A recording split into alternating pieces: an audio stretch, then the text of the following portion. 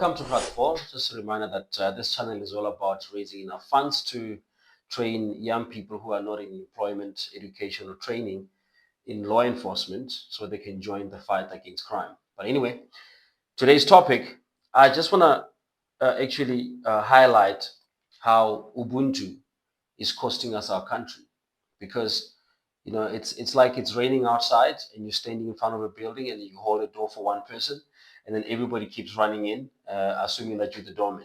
So that's what Ubuntu has done to us in South Africa. I believe that we have become so weak from the idea of being so nice that everybody's taking advantage of us.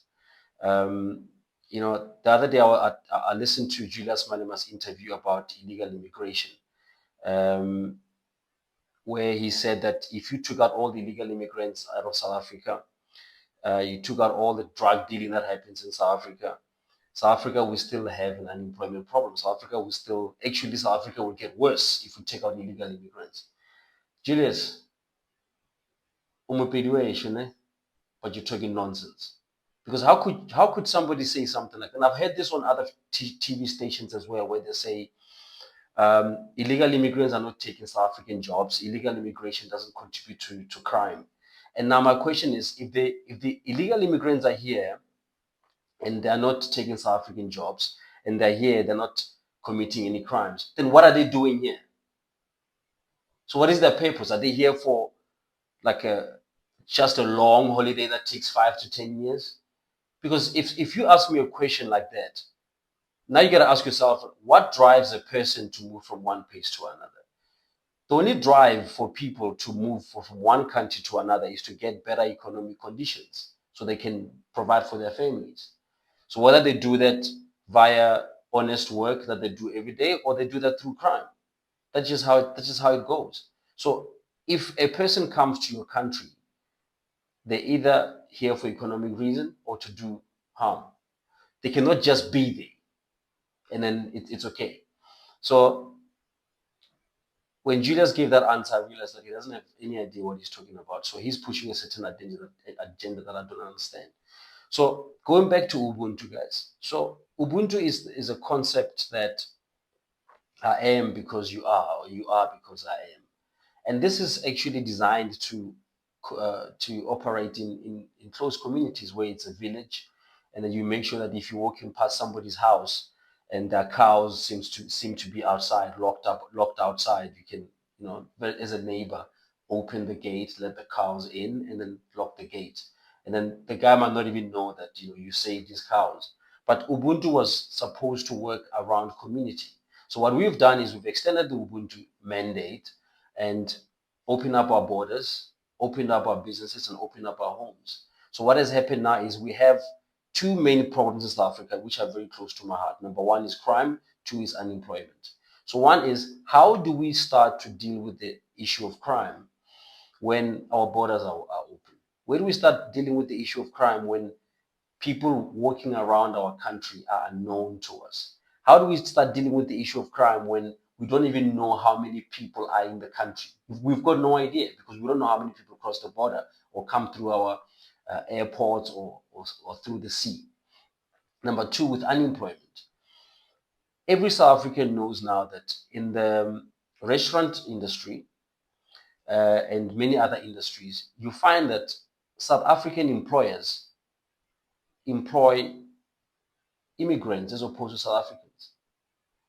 So I think that's a topic that we should touch and try to communicate with employers to say, guys, what is the issue? Why are you leaning towards hiring people who are not South African? Where is the problem, and what can we do to sort it out? Because you live in a country with a very high unemployment rate, and then on top of that, you hire people who are not from South Africa. So for me, number one, I will call you a person who is not patriotic, number one. Number two is, what is the issue? Why are you choosing that as opposed to your South African men and women? So we need to explore that and find out what's going on. So our Ubuntu has cost us so much as a country that we've allowed all sorts of things to take place in our country, unlawful things, because we are trying to be nice, which is we have Ubuntu. And I'm saying that Ubuntu is actually a problem for us as South Africans. For the past 30 years, we have accepted everybody from everywhere, especially in Africa, with open arms. We've given them our spaces. We're able to share school spaces with our kids. But now what has happened lately is that Ubuntu is working against us. And I can tell you now, I see it in the UK, and then you see that it started very slowly. And then eventually, these people that you've accepted in your home are now taking over your spaces. And now you can't say anything back, because if you say something back, you're either racist or xenophobic. So I just think that we need to redefine what Ubuntu is. Ubuntu is being nice to everybody, yes, but it doesn't mean you're gonna come into my house and start eating my food and start shouting at my kids without my permission. So that's what I believe has happened now, where we have so much Ubuntu that it is making us poor, it is making us unsafe, and it's keeping us unemployed. So what I'm saying to you is, I don't have a problem with anybody who is not South African to have a job in South Africa. No, as long as they are documented and they have the work permit. But the question I'm saying is, what about South Africans?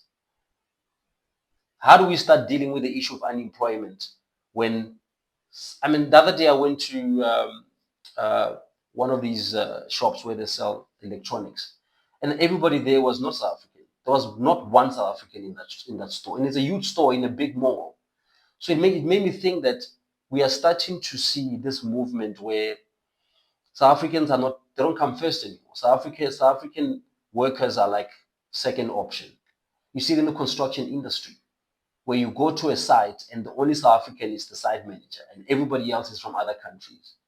So the question we've got to ask ourselves is, at what point do we stop applying Ubuntu principles and say, oh, now you are now in our home.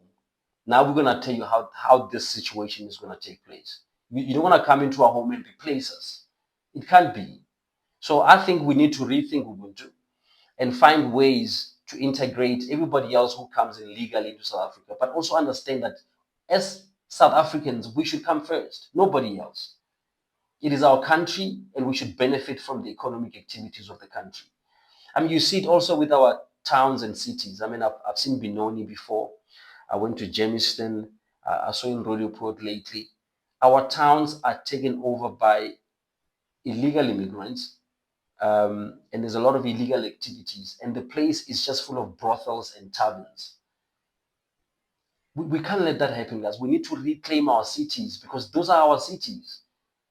Those cities were there before 1994, and what we were supposed to do, we were supposed to embrace those cities and make them work for the young people to get affordable housing, for industries, healthcare, education, as opposed to letting them rot to a point where if you find yourself in the middle of a town at night, you're gonna be so scared. So now we've allowed these illegal activities to take over these spaces that are supposed to be our spaces as South Africans. And I'll leave you with this question: at what point do we say enough? At what point do we say, you know what, we've been nice and applied Ubuntu long enough, it stops now? Let's go back to just principles. If you are visiting somebody's house, it's not your house. If you want to get a glass of water, you ask for it. You don't just get up and go to the fridge and grab it yourself. So Ubuntu has extended our problems to a point where when you talk about it, like in this video, you're gonna get attacked as xenophobic. You're gonna get attacked as racist. But I'm not saying that. I'm saying that in South Africa we have crime and unemployment. But when it comes to unemployment, there are more foreign nationals employed in South Africa in many spaces than South Africans. When it comes to crime, how do you start to deal with the issue of crime when you don't know who's in the country? You don't know who's coming into the country. You don't know this person's criminal record or background. How do we start dealing with crime when the borders are so porous that it is just becoming a norm that people can come in and out of South Africa as and when they wish? So our Ubuntu is costing us our country. So we need to go back and say, let's redefine what Ubuntu is. At what point do we say this is enough now? We want our country back, and then if you're coming from somewhere else, you come second, not first. Those are my thoughts for today. And I hope everybody can tell me what they think in the comments. Until then, stay safe.